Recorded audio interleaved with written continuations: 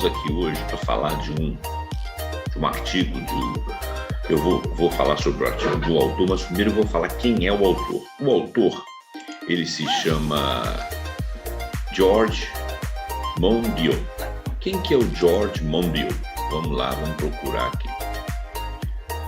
O George Monbiot, ele é um jornalista, escritor, acadêmico e ambientalista do Reino Unido, e ele escreve uma coluna semanal no jornal The Guardian.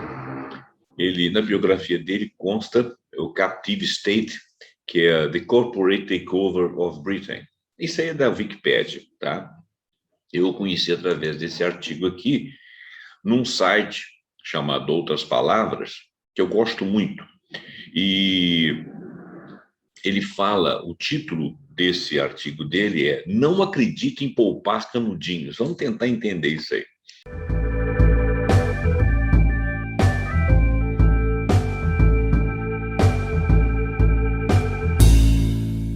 Então, ele diz o seguinte, o George Monbiot, nessa que foi publicado originalmente e traduzido e agora publicado aqui em Outras Palavras, ele provavelmente estará em outras publicações, mas o importante é o conteúdo.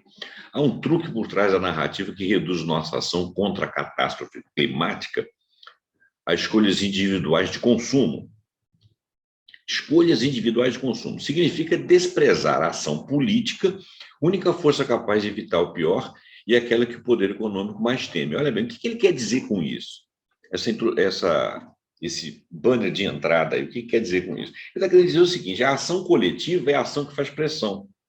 Porque se você fizer a coisa individualmente, você faz, mas o outro não faz. Se você não se ocupar de conscientizar outras pessoas, ganhar conhecimento para você conscientizar outras pessoas, porque aí você vai ter uma fala estruturada e as pessoas vão passar a acreditar em você. Se você não puder citar exemplo, tiver argumentos confiáveis, e não agir pessoalmente para a coletividade, para que a coletividade toda haja junto com você, você não tem como pressionar as grandes lideranças, porque as grandes lideranças acabam trabalhando, mesmo que elas queiram, condicionadas pelo capital. O capital é mais forte. Nada contra o capital, desde que ele não sirva só a meia dúzia, né? Contra o interesse de grandes corporações, de grandes empresas, e o interesse individual ou o interesse da coletividade, a grande empresa, ela quer lucro, e o lucro às vezes passa por cima da gente. Essa que é a ideia. Então, ele começa assim, há um mito sobre os seres que resistem, apesar de todas as provas encontradas. Esse mito diz que nós colocamos sempre a nossa sobrevivência em primeiro lugar. Isso não é verdade, segundo ele, isso não é verdade. Isso é verdade para outras espécies. Quando confrontadas com uma ameaça iminente, como, por exemplo, o inverno, elas investem grandes recursos para evitar ou para resistir a elas. Elas migram ou hibernam. Por exemplo, os seres humanos são uma questão diferente. É uma coisa interessante. Quando confrontados com uma ameaça iminente ou crônica, como o colapso climático ou ecológico, parece que saímos de nosso caminho para comprometer a nossa sobrevivência. Olha só, esse possível colapso climático ou ecológico, ele tem múltiplas razões. Uma é a ação do homem. Nós somos capazes de mudar o clima? Olha, você pode até achar que nós não temos essa capacidade. Possivelmente a gente tenha pouca capacidade. Mas você fazer queimadas, tornar o solo arenoso, o solo mais seco e ter nuvens de poeira em plena cidade de São Paulo, em pleno estado de São Paulo, coisa que nunca aconteceu, é porque houve uma ação grande no ambiente. Essa ação foi devida a nós, em grandes queimadas? Sim. É o caso de localizar. Então, nós fizemos uma mudança, aí, pelo menos no microclima aqui dessa região. De microclima em microclima, nós podemos sofrer uma transformação global. Essa questão do aquecimento global ela é um pouco controversa para alguns cientistas, porque acham que não necessariamente isso pode estar acontecendo por influência antropogênica, pode ser uma modificação com relação ao Sol. Mas cabe a gente identificar qual é a causa. E pelo sim, pelo não, vamos diminuir as emissões de gases, porque se eles não provocarem efeito estufa, minimamente eles poluem e provocam mini aquecimentos no microclima. E isso vai influenciar o todo. Quer dizer, de uma forma ou de outra, Nós padecemos de mudanças climáticas porque o clima está mudando, porque existem vários fenômenos na natureza e faz essa modificação, não necessariamente benéfica para nós, e nós temos que nos adaptar e ter conhecimento. E o que nós podemos contribuir da nossa parte para que a gente não piore as coisas é importante. Mas ele está dizendo aqui que nós não fazemos, nós não temos feito isso. Tanto na menor escala quanto na escala do aquecimento global, nós não temos feito isso. E isso é muito interessante. Nós nos convencemos que não é tão grave, ou mesmo que não está acontecendo. É verdade, as pessoas vão falar isso aí, vê lá a COP26 acontecendo, pá, será que é por aí mesmo? Aí todo mundo toma aquilo como notícia, mas vai tocando. Nós duplicamos a destruição, trocando nossos carros comuns por utilitários esportivos, voando para Oblívia em um voo de longo curso, queimando tudo isso num frenesi final. Quer dizer, nós estamos gastando petróleo aí, ó. No fundo dessa nossa mente há uma voz sussurrando: se fosse realmente tão sério, alguém nos impediria. Se tratarmos desse assunto, fazemos-lo de forma mesquinha, simbólica, cômica e mal combinado com a escala da nossa situação, que nós não temos certeza, nem ideia, tanto para um lado quanto para o outro. Tanto você não sabe exatamente se está acontecendo uma ação antropogênica global, quanto você não sabe que a sua ação individual ou de muitos indivíduos, ou seja, da coletividade, é deletéria para você próprio no seu ambiente. Por exemplo, quantos de nós separamos lixo? Quantos nós ainda convivemos com lixão? Lixões o que fazem? Perfundem na terra, acabam com os mananciais, vão para os lençóis freáticos, descem para os rios e mares. Nós estamos poluindo. Quando não são empresas que estão fazendo isso à nossa porta, nós não estamos olhando, não estamos vendo, não nos aculturamos para ter conhecimento. É impossível discernir, na nossa resposta ao que sabemos, a primazia do nosso instinto de sobrevivência, ou seja, nós não temos realmente esse instinto, ou ele está amortecido. Desculpa. Eis o que nós sabemos. Sabemos que as nossas vidas dependem inteiramente dos sistemas naturais complexos, a atmosfera, as correntes oceânicas, do solo, as teias de vida do planeta.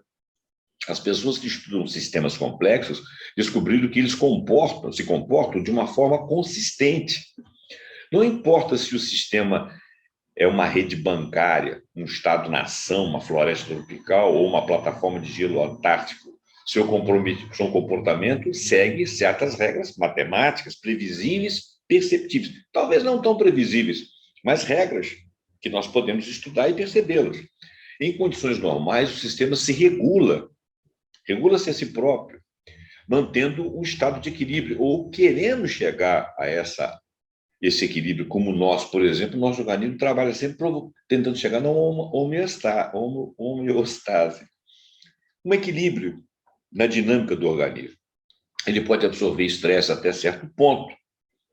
Nós podemos absorver estresse. O estresse, para nós, ele é até importante porque ele nos faz ficar espertos e tomar decisões. Mas ele não pode ser um estresse contínuo. Nós temos que reequilibrar. O nosso organismo tenta isso. A nossa mente, às vezes, não permite, porque nos falta conhecimento ou até vontade de fazer isso. Mas então, de repente, ele chega no limite, ele vira. Ultrapassa um ponto de viragem, né, que seria o ponto de inflexão, depois ele cai num novo estado de equilíbrio que muitas vezes é impossível de reverter. Quer dizer, se ele chegar naquele pico em que ele não reverte mais, aí vem o caos. A civilização humana depende dos estados de equilíbrio atuais, inclusive do próprio organismo, e também do organismo. Vou usar um termo aqui que não é muito correto, o organismo terra. A terra não é um ser vivo, né? Mas vamos dizer assim, a biota, ou bioma da terra é composta de seres vivos. E se você desequilibrar isso aí, você perde esses seres vivos. Aí o planeta não vai servir para nada, né? A civilização humana depende dos estados de equilíbrio atuais. Mas em todo o mundo, sistemas cruciais parecem estar se aproximando de seus pontos de ruptura, ou seja, aquele momento de inflexão em que não há retorno. Se um sistema se quebrar, é provável que arraste outros consigo, provocando uma cascata do caos conhecida como colapso ambiental sistêmico. Isto é o que aconteceu durante as extinções em massa anteriores. Já tiveram muitas extinções em massa. É importante ler isso aí. É claro que elas aconteceram há milhões de anos atrás, algumas há 12, 13, 10, 20 mil anos atrás, o que não é muito distante da nossa era. É importante a gente ter um histórico disso aí, estudar para isso. Talvez isso deve ser associado ao conhecimento das escolas, um pouco mais profundamente, afinal de contas, o que mais nós convivemos é com o nosso corpo e com o nosso ambiente. Não apenas entender o cidadão ao lado, ou os outros cidadãos, ou as culturas, entender o funcionamento do sistema, dos ecossistemas, inclusive do nosso ecossistema coletivo e nós individualmente. Isso talvez seja um conhecimento muito importante. E a gente não sabe muita coisa. A gente toma um remédio, você está com uma dor danada, vai no médico, ele te passa uma Novalgina, você fala assim, ele me deu um remédio. Não, ele te deu algo que tira a sua dor, um analgésico. Você sabe a causa do seu mal, você discutiu isso com ele, ele se preocupou de te informar, ou ele estava com pressa porque tinha que atender vários. Isso tudo faz parte de um combinado, vamos dizer assim, ético, né? Não estou falando mal dos médicos. Então, aqui está uma das muitas maneiras em que isso poderia ocorrer. Uma faixa de savana, conhecida como Cerrado, cobre o Brasil central. Sua vegetação depende da formação do orvalho, que, por sua vez, depende das árvores de raízes profundas que extraem as águas subterrâneas. É um ciclo, né? E liberando-as para o ar através de suas folhas, transpiração das folhas. Mas, nos últimos anos, vastas extensões do Cerrado foram desmatadas. Você impediu esse ciclo. Então, tem menos umidade no ar para a plantação de cultivos. Quer dizer, desmatar para cultivar alguma coisa. Isso não é necessário. Existe uma agricultura que você pode ser feito, é só estudar, em composição com as florestas, com o cerrado, com os tipos de região, de ecossistema que você tem ali, seja no cerrado, seja na floresta, seja em regiões tropicais, subtropicais, etc. Né? Não tenho um grande conhecimento para falar disso, mas sei que é possível, basta estudar. Principalmente, né, para a plantação e cultivos, principalmente para alimentar as galinhas e porcos do mundo. Então, olha bem, áreas foram desmatadas para alimentar galinhas e porcos do mundo. Planta-se alguma coisa, grãos algum, que você vai exportar, pegar dólar, alimenta as galinhas do mundo. E nós ficamos aqui sem umidade. Tá certo? À medida que as árvores são cortadas, o ar torna-se mais seco, sem umidade. Isso significa que as plantas menores morrem, garantindo que teremos ainda menos água circulando. Em combinação com o aquecimento global, o dito chamado aquecimento global, alerta alguns cientistas, esse ciclo vicioso poderia, em breve, de repente, atirar todo o sistema para a desertificação. O Cerrado é nascente de alguns grandes rios da América do Sul, incluindo aqueles que correm para o norte, na bacia do Amazonas. Como menos água alimenta os rios, isso pode exacerbar o estresse que aflige florestas tropicais. Então, olha bem, se você tem menos umidade, menos ciclo, menos água correndo para os rios, você tem menos evaporação, menos rios aéreos, que vêm a assistir às florestas tropicais. Elas vão ficar aflitas. Né? Elas estão sendo devastadas por uma combinação mortal de derrubada, queima e aquecimento, e já estão ameaçadas com um possível colapso sistêmico.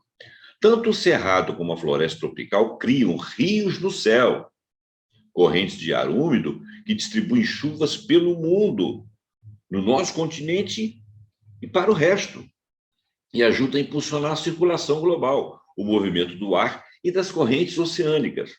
A circulação global já parece vulnerável. Por exemplo, o meridional atlântico de inversão da circulação, chamado AMOC, o Meridional Atlântico de Inversão da Circulação, AMOC, uma sigla, AMOC, que fornece calor aos trópicos em direção aos polos, está sendo perturbada pelo derretimento do gelo ártico e começou a enfraquecer. Sem ela, o Reino Unido teria um clima semelhante à Sibéria. Você pega o Reino Unido, tem várias indústrias, populações, trânsito, rios, matas e tal, e congela aquilo tudo, vai ficar igual uma parte da China, que não tem região de cultivo nem sobrevivência. A Rússia também, são grandes extensões de terra. Esse AMOC, né, que é o Meridional Atlântico de Inversão de Circulação, esse AMOC tem dois estados de equilíbrio, ligado e desligado. está ligada a quase 12 mil anos, após um devastador estado de 1.000 anos fora do chamado Younger Dryas, dos 1900 até uns 1.700 anos atrás, que causou uma espiral global de mudanças ambientais. Tudo o que sabemos e amamos depende da permanência desse AMOC no estado. Independente do sistema complexo que está sendo estudado, há uma maneira de saber se ele está se aproximando de um ponto de viragem, a tal inflexão, a ruptura. As suas saídas começam a oscilar. Será que está oscilando?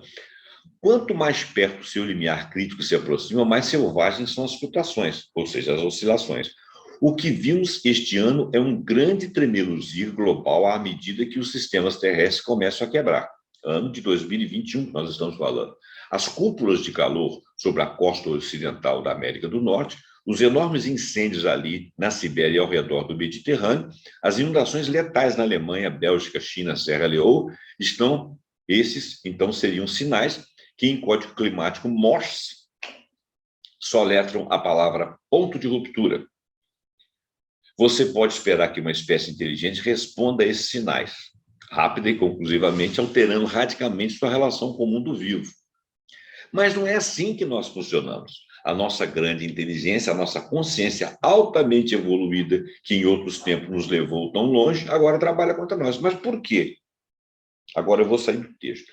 Porque esse conhecimento, ele está estanque em alguns lugares do mundo, universidades, centros de pesquisa, mas o cidadão comum não tem esse conhecimento. Raramente as pessoas iriam ler um texto desse. E se lê, passa batido. É como se fosse coisa que não devesse a ele. Então, a questão de você ter uma COP26, ter acordos climáticos, falando de aquecimento global, tá? O mais importante é você estar presente, sabendo, influenciando e compondo as lideranças que vão lá, porque elas vão sofrer pressão, e nós somos maioria. Se nós tivermos conhecimento, a gente começar a ler sobre isso, procurar saber o individual para passar para o coletivo, é a coletividade que vai resolver o problema, não são as lideranças pontuais. As lideranças, elas têm que representar o nosso pensamento. E o nosso pensamento tem que ser cultivado no sentido de ter conhecimento. Se você não tem conhecimento dessas coisas, você não vai saber nada, você não vai poder influenciar, você não vai poder requisitar. Então, quer dizer, como espécie, nós estamos falhando. Por quê? Por ignorância. Temos competência para saber, temos capacidade de entender, mas não buscamos conhecer. Então, somos ignorantes. Ignoramos porque queremos. Por isso que ele diz o seguinte: nós não estamos necessariamente tentando sobreviver, a gente está no laissez-faire, deixa para lá. Está acontecendo, isso é coisa que fulano, né? Alguém vai resolver. E nós somos uma espécie altamente evoluída, né? A gente consegue colocar, nós vamos lá com o tempo, nós vamos colocar ou um chinês, ou um indiano, um americano, um russo lá em Marte. Nem sei para quê, mas vamos colocar. Uma análise do grupo de sustentabilidade de mídia Albert, né? Uma análise do grupo de sustentabilidade da mídia, chamado Albert, descobriu que o bolo foi mencionado 10 vezes ou mais vezes do que mudança climática nos programas da TV do Reino Unido em 2020. O ovo escocês recebeu o dobro das menções do que de biodiversidade. Pão de banana bateu energia eólica e energia solar junto. Olha melhor, olha bem. Você vai falar do bolo, da receita do bolo, mas não vai falar de biodiversidade. Você vai falar do bolo, mas não vai falar ou do pão de banana ou de outra coisa, mas não vai falar de energia eólica e de energia solar. Ou melhor, a mídia vai trazer para você muito mais isso, quer dizer, a mídia está ajudando você a ser ignorante. Reconheço que os meios de comunicação social, diz o Monbiot, não são sociedades e que as estações de televisão têm interesse em promover o pão de banana e os circos. Estão vendendo espaço publicitário. Poderíamos, não estou falando, eles não estão errados. O problema é só vender isso. Porque a concessão pública, ela tem por obrigação educar. A natureza dela é educar e informar. Informar para formar. Ela não tem obrigação, na escola tem. Isso é lei, entendeu? E o contrário, desinformar, não.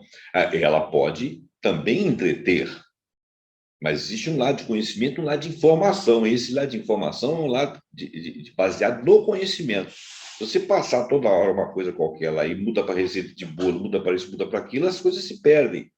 Tem que ter uma didática. Então, os meios de comunicação social, as televisões, as TVs, as mídias de maneira geral, na própria internet, eles têm interesse de promover o pão com banana, eles querem ganhar espaço publicitário. Então, você que é consumidor é que vai drenar isso aí, tá? Você que vai cobrar do cara. Poderíamos discutir até que ponto os meios de comunicação estão refletindo ou gerando mais apetite por bolo que preocupação com o clima. Claro, eles estão nos formando e nós estamos aceitando. Mas suspeito que, de todas as formas pelas quais podemos medir nosso avanço na prevenção do colapso ambiental sistêmico, a relação entre o bolo e o clima é o índice decisivo. Essa relação é a favor do bolo. A relação atual reflete um compromisso determinado com a irrelevância face a uma catástrofe global. A relação atual reflete um compromisso determinado com a irrelevância face a uma catástrofe global.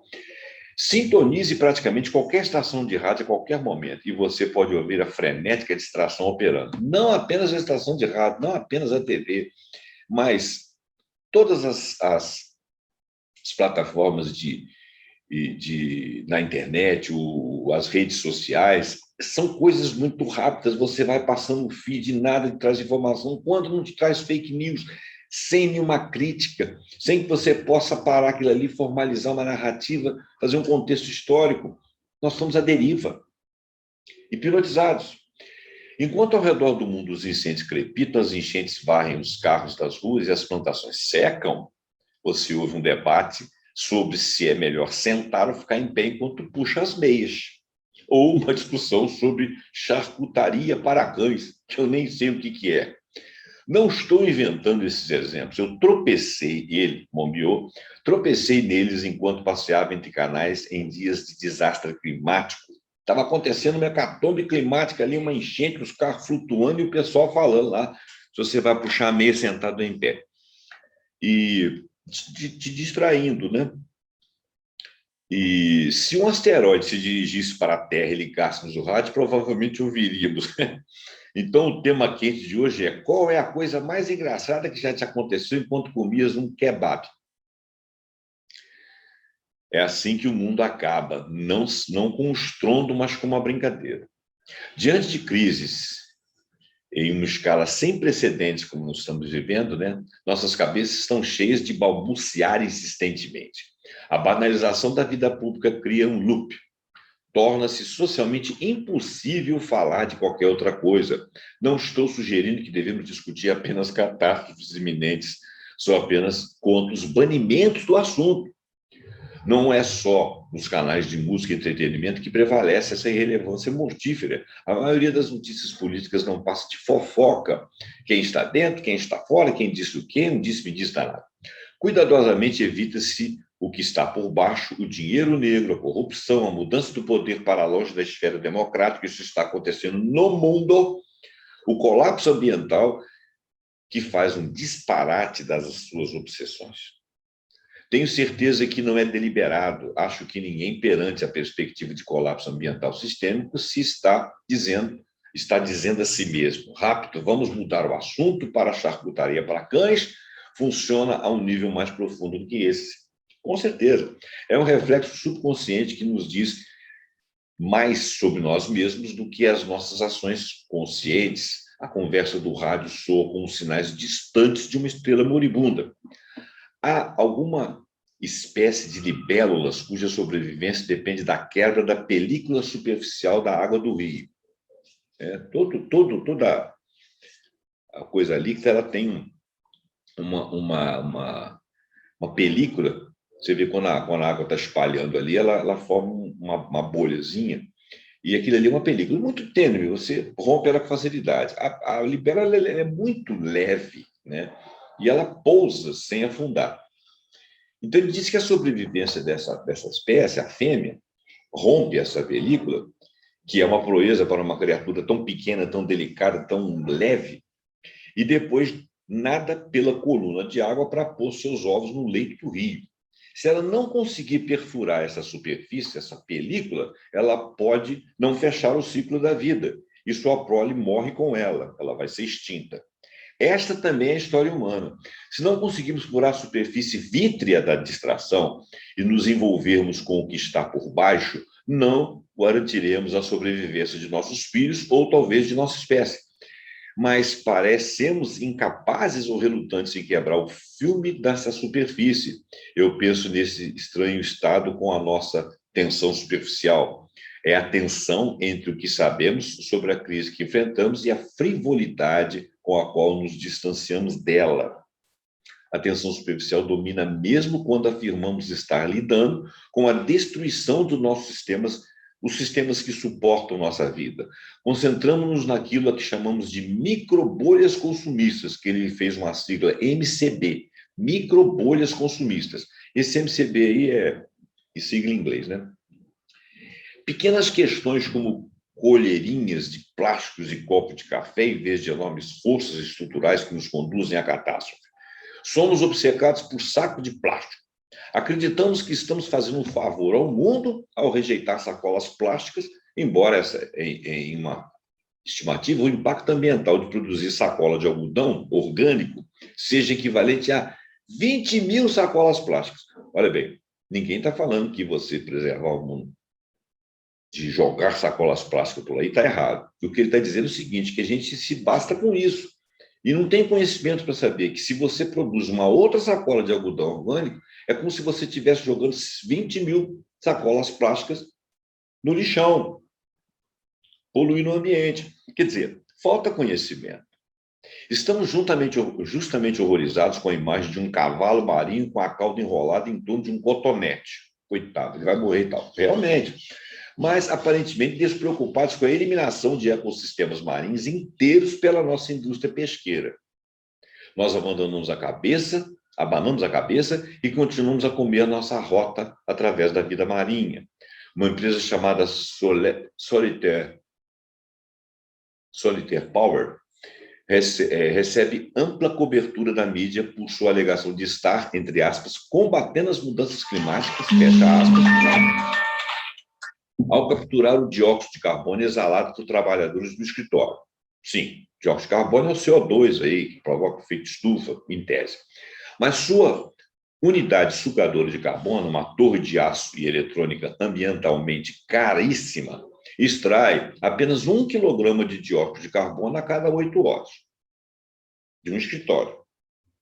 A humanidade produz, principalmente através da queima de combustíveis fósseis, cerca de 32 bilhões de quilogramas de CO2 no mesmo período.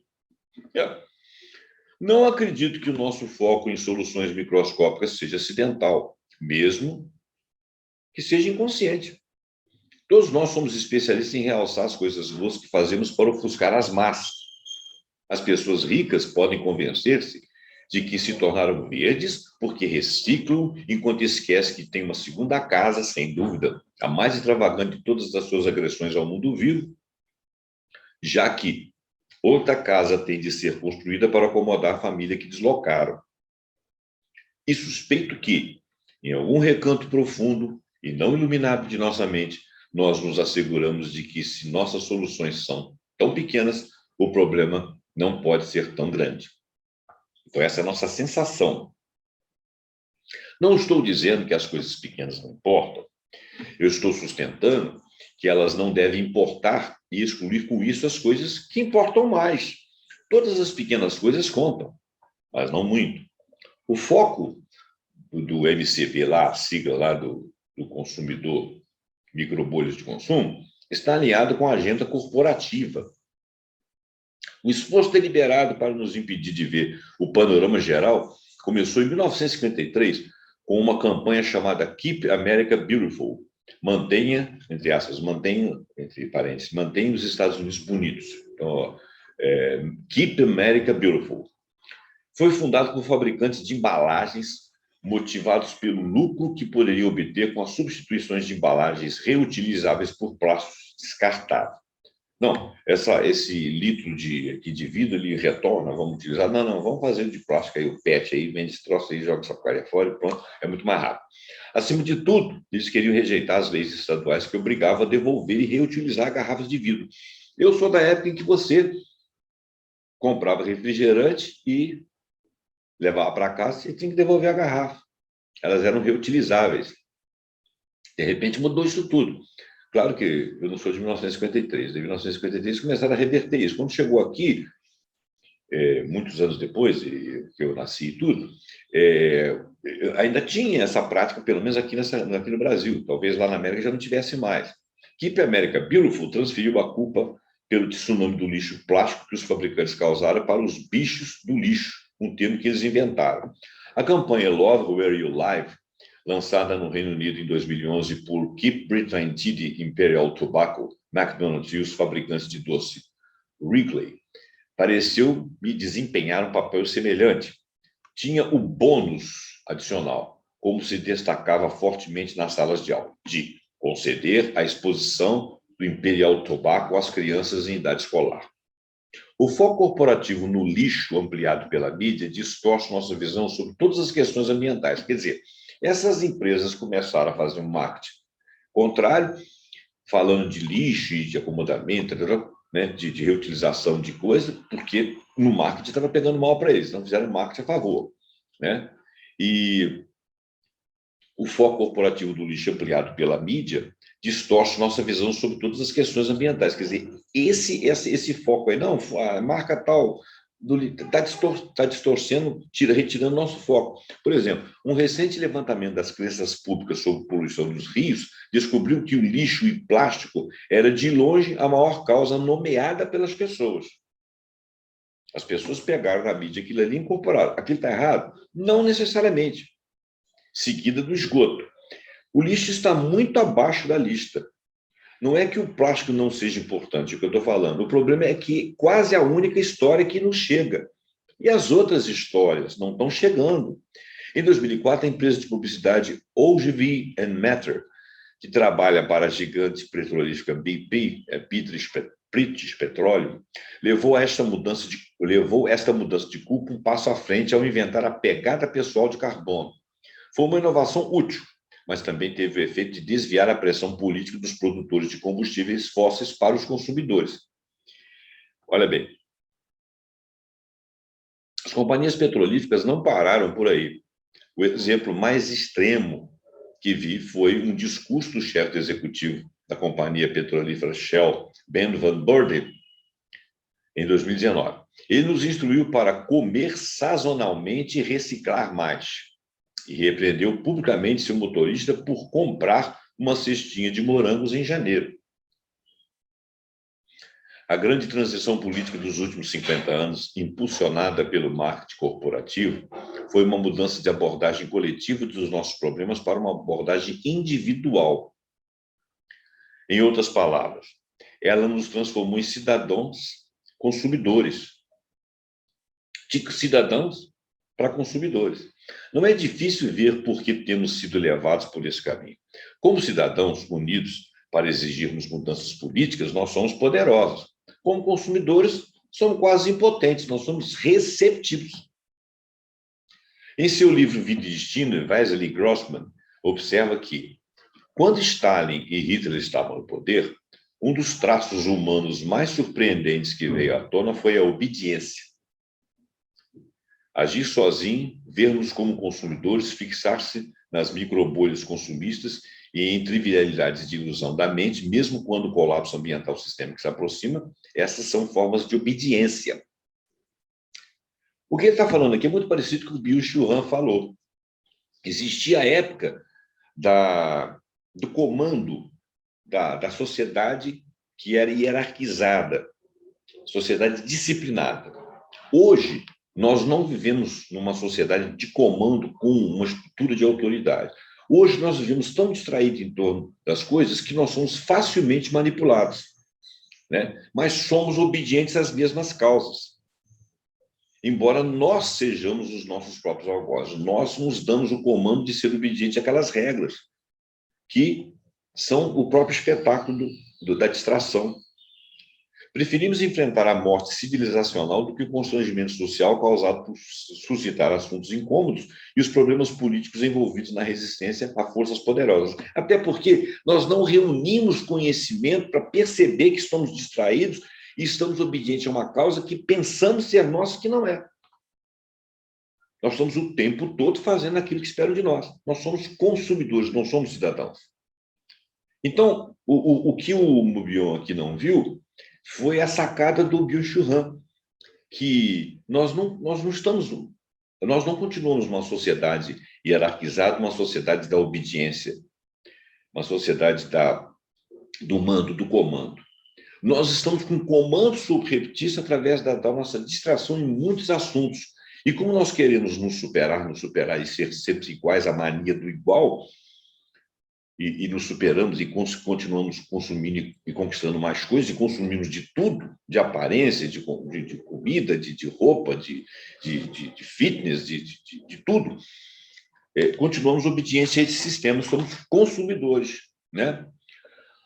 O reflexo da obediência é a nossa maior falha, a dobra no cérebro que ameaça as nossas vidas. O que vemos se quebramos a atenção superficial? A primeira coisa que encontramos, aproximar-se das profundezas, deveria nos assustar. Chama-se crescimento. O crescimento econômico é universalmente aclamado como uma coisa boa. Será? Todo país tem que crescer economicamente. Gente, mas para crescer você tem que ter muitas indústrias, muitas coisas para ser consumidas. Essas coisas exigem matéria-prima, exige trabalho humano, horas e horas de trabalho humano. Será que crescer é sempre necessário? Será que nós não poderíamos ter uma outra relação com a nossa renda? Será que trabalhos que produzem outras coisas na sociedade, que não sejam produtos que você pega neles, não poderiam remunerar as pessoas e abarcar a sua fome, a sua necessidade de vida? Então, ele toca num assunto importante aqui. O crescimento econômico é universalmente aclamado como uma coisa boa. Os governos medem o seu sucesso na sua capacidade de obtê-lo. Mas pense por um momento no que isso significa. Digamos que atingimos o modesto objetivo promovido por organismos como o FMI, Banco Mundial, de um crescimento global de 3%, crescimento global de 3%. Isso significa que toda atividade econômica que você vê hoje, a maioria dos impactos ambientais que ela causa, dobra em 24 anos. Em outras palavras, até 2045. Depois duplica até 2069. Depois, de novo, até 2093. É como a maldição do Gêmino do Harry Potter e seus salões da morte que multiplica o tesouro no cofre de Lestrange, até ameaçar esmagar Harry e seus amigos até a morte. Todas as crises que procuramos evitar hoje tornam-se 2 vezes mais difíceis de resolver do que a atividade econômica global duplica, depois 2 vezes mais, depois 2 vezes mais, e assim sucessivamente. Já chegamos ao fundo do poço? Não, ainda não. A maldição de Gemino é apenas um resultado de uma coisa que quase não ousamos mencionar. Não tomamos consciência, não vem à nossa superfície do nosso pensamento. Assim como já foi blasfemo usar o nome de Deus, até a palavra aparece, na sociedade educada, para ser tabu, capitalismo. A maioria das pessoas luta para definir o sistema que domina as nossas vidas, mas se você pressionar, é provável que murmure algo sobre o trabalho duro e empreendedorismo, comprar e vender. É assim que os beneficiários do sistema querem que você o entenda.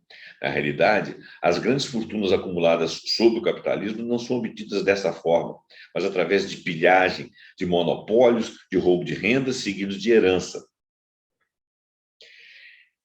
Ele não está metendo pau aqui, nem dizendo que ele é socialista ou comunista, nada disso. Ele está falando uma face do endeusamento do capital. Porque o grande capitalista, ele consegue influir em você para você usar o capital. Você está sempre provendo, querendo capital, capital, capital. Todos acreditam no dinheiro. Muitos não acreditam em Deus, muitos não acreditam em vacina, muitos não acreditam na salvação do ser humano, mas todos acreditam em dinheiro. E todos acreditam em acumulação de dinheiro. E todos querem acumulá-lo. Nem todos conseguem. Os que conseguem dominam todo o resto. A questão não é ser ou não capitalismo. A questão é a forma como o capitalismo é. O capitalismo é um endeusamento do capital. O capital do outro, não do seu capital. Você está no limite da sua sobrevivência. Quanto mais você alarga o seu consumo, mais você fica no limite daquilo que você imagina a sua sobrevivência. Porque a sua sobrevivência depende de tudo aquilo. Mas você esquece do meio ambiente. Entendeu? Então, nós estamos endeusando uma coisa e esquecemos daquilo que nos provém, que é o meio ambiente, que é a nossa própria vida. Nós estamos uma vida frenética. Uma estimativa sugere que, ao longo de 200 anos, os britânicos extraíram da Índia, a preços correntes, 45 trilhões de dólares. O Império Britânico dominou a Índia 200 anos e estima-se que eles extraíram da Índia, a preços correntes, o preço do dinheiro de hoje, 45 trilhões de dólares. Eles usaram esse dinheiro para financiar a industrialização interna e a colonização das outras nações, cuja riqueza foi também pilhada. Olha bem, a questão não é o capitalismo, a questão é a pilhagem. O saque ocorre não só através da geografia, mas também através do tempo. A aparente saúde das nossas economias de hoje depende da captura das riquezas naturais de gerações futuras. Vamos ler isso de novo. A aparente saúde de nossa economia de hoje depende da captura das riquezas naturais das gerações futuras. O que nós estamos arrancando hoje para nós e usando demasiadamente que vai sobrar para os outros? É isso que as empresas petrolíferas, ao tentar nos distrair com as microbolhas de consumo e as pegadas de carbono, estão fazendo. Esse roubo do futuro é o motor do crescimento econômico. Nós estamos roubando o futuro para usar tudo agora. Matéria-prima é um bem finito. Vai se tornar escasso. Quando acabar, voltamos à idade da pedra, é isso mesmo. Nós não estamos gerando alternativa. Nós estamos acabando com a matéria-prima, estamos acabando com o meio ambiente. Quer dizer, quando nós morremos, provavelmente, muitas outras coisas vão conosco. O capitalismo, que soa tão razoável quando explicado por um economista convencional, não é, em termos ecológicos, nada mais que um esquema de pirâmide. Dificilmente importa o quão verde você pensa que é. A principal causa do seu impacto ambiental não é a sua atitude, não é o seu modo de consumo, não são as escolhas que você faz, é o seu dinheiro. Se você tem dinheiro excedente, você gasta. Embora tente convencer-se de que é um mega consumidor verde. Na realidade, você é apenas um mega consumidor. Verde é um bordadozinho, um douradinho na pílula que você põe. Nós pomos. É por isso que os impactos ambientais são muito ricos. Perdão. É por isso que os impactos ambientais dos muito ricos, por mais corretos que pareçam ser ou sejam, são maciçamente maiores do que de todos os outros. A prevenção de mais de 1,5 graus Celsius de aquecimento global significa que a nossa média de emissões não deve ser superior a 2 toneladas de dióxido de carbono por pessoa por ano. Mas o 1% mais rico do mundo produz uma média de mais de 70 toneladas. Bill Gates, de acordo com uma estimativa, emite quase 7.500 toneladas de CO2, na sua maioria provenientes do voo em seus jatos particulares. Roman Abramovich, os mesmos números sugerem, produz quase 34 mil toneladas, em grande parte através do seu gigantesco iate. Só ele. Não queremos matá-lo, não. É só uma consciência de que essas coisas acontecem, porque se essas pessoas poderosas tiverem consciência, souberem que nós temos essa consciência, o poderoso, na realidade, somos nós. Porque nós somos muitos, as múltiplas casas que as pessoas ultra-ricas possuem podem estar equipadas com painéis solares. Seus supercarros podem ser elétricos, seus aviões particulares podem funcionar com bioquerosene, mas esses ajustes fazem pouca diferença para o impacto geral do consumo. Em alguns casos, eles até aumentam. A mudança para biocombustíveis favorecida por Bill Gates está agora entre as maiores causas da destruição do habitat, pois as florestas são derrubadas para produzir pellets de madeira e combustíveis líquidos. E os solos são destruídos para produzir biometano. Olha bem, até mesmo a energia limpa, ela também compromete o ambiente. Então, nós temos que usar menos, gastar menos o ambiente. Senão, nem alternativa vai ter para o futuro. Mais importante do que os impactos diretos dos super ricos é o poder político e cultural com o qual eles bloqueiam mudanças efetivas. É por isso que, de repente, você vê aí um acordo de clima e parará. Será que está mudando alguma coisa mesmo? Deveria estar. O seu poder cultural depende de um conto de fadas hipnotizante. O capitalismo nos convence de que somos todos temporariamente milionários e envergonhados. E nós não somos. É por isso que nós toleramos isso. Na realidade, algumas pessoas são extremamente ricas porque outras são extremamente pobres. E as pobres são numerosíssimas. A riqueza maciça depende da exploração, inclusive do ambiente, inclusive das gerações futuras, porque se você acaba com o ambiente hoje, não já resta nada para os outros lá na frente. O rico de hoje, ele sabe que vai morrer. Ele fala assim, vou tirar o máximo que eu posso. E vai tirar. Eu não estou falando de meia dúzia de riquinho daí, não. Estou falando dos grandes, porque são esses que são os grandes poluentes, são esses que induzem todo o pensamento moderno. Mas o conto de fada da riqueza universal um dia segura a nossa obediência. Se todos nós tornássemos milionários, cozinharíamos o planeta em pouco tempo. A difícil verdade é que, para evitar uma catástrofe climática e ecológica, precisamos de nos nivelar por baixo. Temos de pesquisar o que a filósofa belga Ingrid Robbins chama-se de limitarianismo. Limitarianismo. Assim como existe uma linha de pobreza abaixo da qual ninguém deve cair, existe uma linha de riqueza acima da qual ninguém deve subir. É verdade. Nada contra os ricos. Não pense que você é rico se você tem meia dúzia de coisas. Rico mesmo é outra coisa. Tem que ter um limite para isso aí.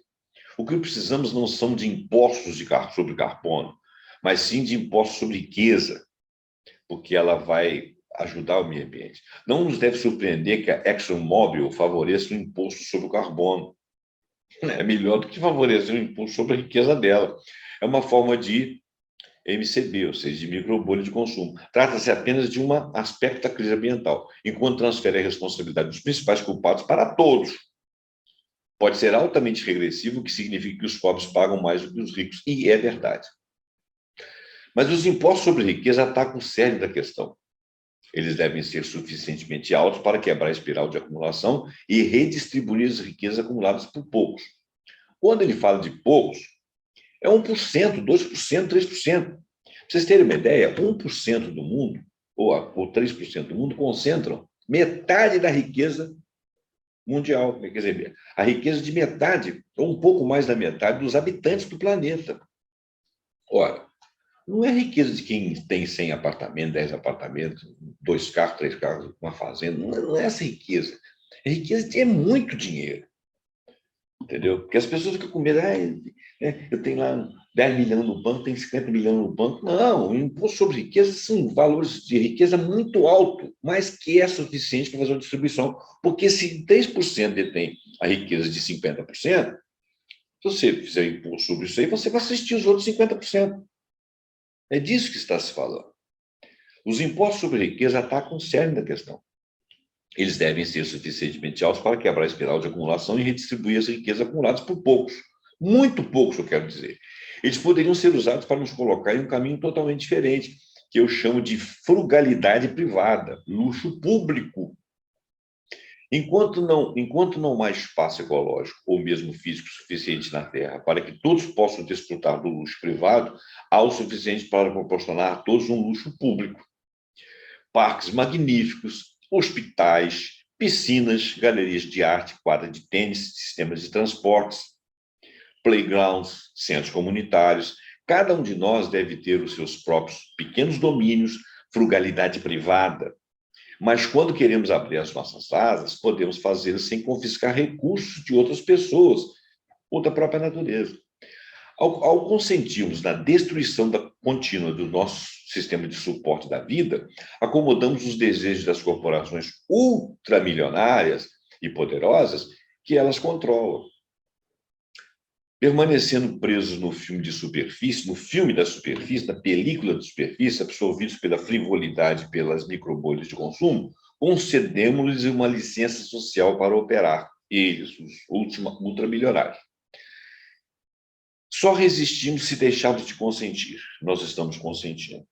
Mas por que nós não resistimos e estamos consentindo? Porque nós vivemos uma vida superficial, fútil, nós somos distraídos e obedecemos a uma regra geral que pensamos ser nossa, que é o consumo, uma alta superação, chegar no nível e parar de esquentar a cabeça com outras coisas. Então, a gente lê essas coisas, acha que faz consumo verde, acha bonitinho isso aqui, pega a causa identitária, mas, no fundo, nós não temos consciência, porque não formamos narrativa, porque não estudamos, porque não temos cultura.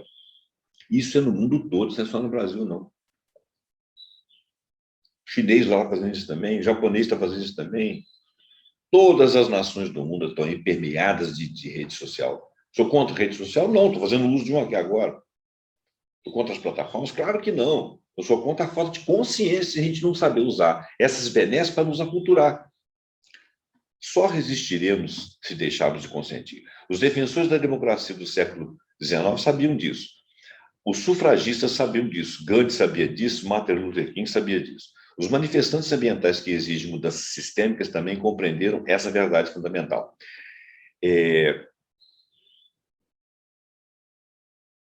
Ele fala aqui de uma coisa que acontece lá em Londres, e eu não vou reproduzir aqui, não. Então, é o seguinte, ele nos convida a refletir e diz que a nossa sobrevivência depende da nossa desobediência. O que seria essa desobediência? Olha bem, nós estamos imersos num mundo cheio de distrações de redes sociais, TVs, rádio, tudo, jornais, mídias, trabalho em demasia. Nós estamos imersos nisso aí, andando e não estamos pensando. Na realidade, nós somos obedientes, nós somos auto-obedientes, porque somos nós que pensamos que somos os nossos chefes, não somos. Existe um comando subreptício que envolve você através de todas essas redes, ao qual você não se supera, não consegue ganhar cultura para poder olvidar e para poder desobedecer esse ditame subreptício que é passado para todo mundo. Porque hoje em dia nós não estamos na sociedade disciplinar, que tem um comando que um diz para o outro, que o outro diz para o outro, chega até você. Não, é você que introjetou essa obediência. Então, a desobediência seria o aculturamento, o olvidar e o estudo de todas essas coisas para saber, nós precisamos viver assim? Isso seria realmente um pensar verde, pensar ecológico, pensar sistêmico, ecologicamente e socialmente responsável. Eu faço isso? Eu naufrago muito, né? Não sou doutor em nada. Eu estou lendo esse artigo aqui, baseado em outras leituras que eu fiz também, fazendo uma crítica. Tá? Ele não fala tão exatamente o que eu falei aqui no final, porque eu também tenho lido muito Byung-Chul Han, Zygmunt Bauman e outros autores aí que eu esqueci o nome dele agora, Ulrich Beck, que são pessoas que falam de riscos de colapsos, de obediência a ditames das grandes corporações, do poder dessas grandes corporações, da pressão que é feita em cima do clima, mesmo quando você tem esses encontros e acordos. Se o ser humano comum não tiver consciência, eu estou falando do ser humano comum brasileiro, americano, inglês, europeu de uma maneira geral, africano, chinês, russo, porque os poderes eles se degladiam e tentam chegar à hegemonia, as riquezas grandes, os grandes capitalistas se protegem, brigam entre si, e nós ficamos sempre à deriva. Se a gente ganhar consciência, nós, povos do mundo, vamos conseguir reverter isso aí, criar outras lideranças, outros embates, mudar a nossa forma de viver, mudar a nossa forma de consumo e ficar satisfeitos com o que temos. Não estou falando de nada muito pouco, não. Eu estou falando até de muito, mas não tão muito, né, quanto se imagina agora. Nós vamos crescer. O mundo vai crescer mais de 3% ao ano. Pá, tudo bem, bonito, né? Todo mundo vai ser riquinho, todo mundo vai ser belo. Tá, mas o que é o planeta? O que vai sobrar depois? Certo? Todo mundo vai entrar numa mesma rota de consumo. Pô, direito à vida todos têm. Então, vamos abaixar o limite dessa necessidade, que aí dá para todos e para gerações futuras. Então, é mais ou menos isso, é a reflexão que eu estou fazendo. Muito obrigado aí pela sua atenção. Desculpa se o vídeo ficou muito longo. Muito obrigado e até o próximo Pontuando.